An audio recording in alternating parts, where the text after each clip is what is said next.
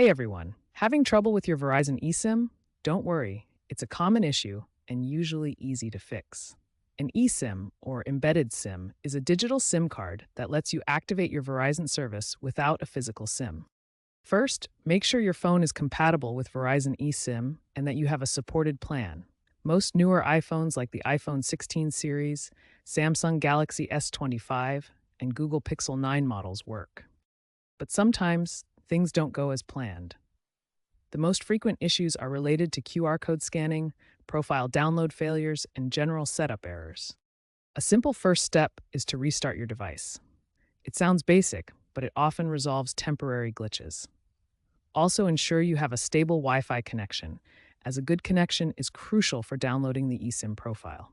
Key takeaways: check device compatibility first, QR code and profile issues are common but fixable, and start with restart and stable Wi Fi.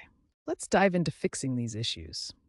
If you're getting a QR code expired error, the code might be outdated. Generate a new one through your Verizon account online or via the My Verizon app. When scanning, ensure good lighting and hold your phone steady.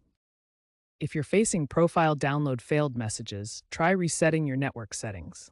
On iOS, go to Settings, General, Transfer or Reset iPhone, Reset Network Settings.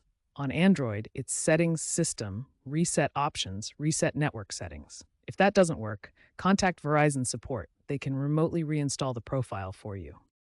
A common mistake is trying to activate the eSIM on an unlocked device that's not compatible with Verizon. Always check compatibility. Remember, patience is key. Server overloads during peak times can also cause delays, so try again later. Verizon support portal at verizon.com/support/im also has AI-driven tools and live chat that can help.